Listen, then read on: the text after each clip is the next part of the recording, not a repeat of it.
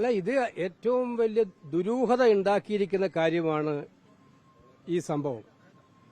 കേരളത്തിലെ പോലീസിന്റെ ഏറ്റവും ഉന്നതനായിട്ടുള്ള നിയമസമാധാന ചുമതലയുള്ള കേരള പോലീസിൽ കേരള ഗവൺമെന്റിന് വേണ്ടി എല്ലാ ഓപ്പറേഷനുകളും നിർവഹിക്കുന്ന ഒരു ഉദ്യോഗസ്ഥൻ എന്തിന് RSS നേതാവിനെ കണ്ടു?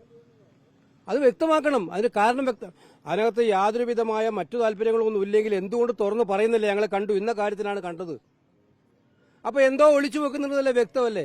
ഇത് കൃത്യമായിട്ടും വന്നിരിക്കുന്നത് തൃശൂർ പൂരവുമായി ബന്ധപ്പെട്ടുണ്ടായിട്ടുള്ള അലങ്കോലത്തിന്റെ പുറത്ത് പോലീസിന്റെ കൈയുണ്ടെന്നുള്ള ആക്ഷേപം വന്നു കഴിഞ്ഞു. അതിനുശേഷമാണ് ഏറ്റവും വലിയ വിസ്ഫോടനം, ഈ അടുത്ത കാലത്തുണ്ടായിട്ടുള്ള ഏറ്റവും വലിയ വിസ്ഫോടനമാണ്.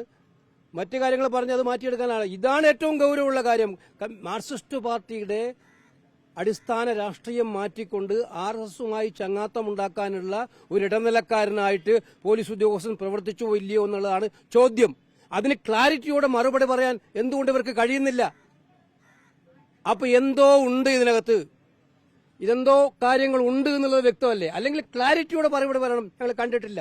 ഇപ്പൊ ഞാൻ ആദ്യം പറഞ്ഞ് ഒഴിഞ്ഞു മാറി, ഇപ്പൊ പറഞ്ഞ് കണ്ടിട്ടുണ്ടെന്ന് പറഞ്ഞു. ഇന്നലെ ഗോവിന്ദൻ മാഷ് പറഞ്ഞപ്പോൾ അയാൾ കണ്ടിട്ടുണ്ടാകും, ഓഫീസർ കണ്ടിട്ടുണ്ടാകും, അത് പാർട്ടിക്ക് ഒരു ബന്ധമില്ല.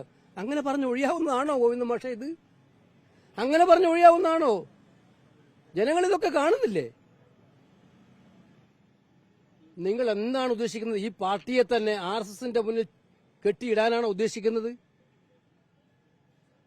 അഖിലേന്ത്യാ പാർട്ടി എന്നൊരു പാർട്ടി CPMന് ഉണ്ടോ? ഉണ്ടെങ്കിൽ അവരൊന്ന് ചിന്തിക്കണ്ടേ? എന്താണ് കേരളത്തിലെ പാർട്ടി സംഭവിച്ചുകൊണ്ടിരിക്കുന്നത്? അവർക്കിതൊന്നും ബാധകല്ലേ? അല്ല, കേരളത്തിലെ പാർട്ടിയുടെ മുമ്പിൽ എല്ലാം മടക്കി വെച്ചിരിക്കുകയാണോ അവര്? ഇത് വളരെ ഗൌരവതരമായ കാര്യമാണ്. ജനങ്ങളെ ഇനിയും കളിപ്പിക്കാൻ പറ്റത്തില്ല. അതുകൊണ്ട് ഇപ്പോ ഓരോ ദിവസം കഴിയുന്തോറും ഈ ആരോപണത്തിന് ശക്തി കൂടിക്കൊണ്ടിരിക്കുകയാണ്. ഓരോ ദിവസവും ഓരോ പുതിയ കാര്യങ്ങൾ വന്നുകൊണ്ടിരിക്കുകയാണ്. അതുകൊണ്ട് ഈ കാര്യത്തിൽ മുഖ്യമന്ത്രി മൗനം വെടിയണം. ഇതാണ്. Thank you.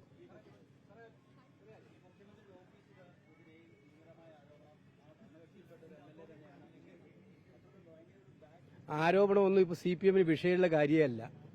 ആരും ഉന്നയിച്ചാലും ഒരു പ്രശ്നവുമില്ല. മുൻപ് അവർ ഇതൊക്കെ വരുമ്പോൾ അന്വേഷണം പറഞ്ഞ് മുറവിളി കൂട്ടി ഇറങ്ങുമായിരുന്നു.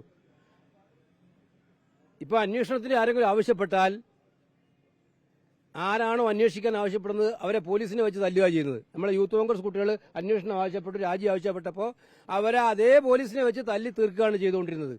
മാത്രമല്ല, അന്വേഷണത്തിന് വേണ്ടി ഒരു പ്രഹസന കമ്മിറ്റി വെച്ചാൽ ആരാണോ അന്വേഷണ ഉദ്യോഗസ്ഥന്റെ കൂടെ നടക്കുന്നത് അവരെ വെച്ചിട്ടൊരു കമ്മിറ്റി ഉണ്ടാക്കും. ഇതാണ് നടക്കുന്നത് കേരളത്തിൽ.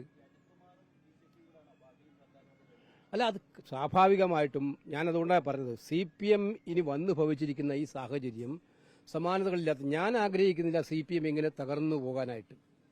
CPMന്റെ എന്ന് പറയുന്ന പാർട്ടി ഇങ്ങനെ താഴോത്തോട്ട് ഇവർ ചെയ്തുകൊണ്ട് ഇപ്പം നമ്മൾ ഓരോ ദിവസവും കേൾക്കുന്ന വാർത്തകളാണ്, നൂറുകണക്കിന് ആളുകൾ CPM വിട്ട് പോവുകയാണ്. ഇതിന് ഉത്തരവാദി ആരാ? കോൺഗ്രസ് ആണോ? അല്ലല്ലോ.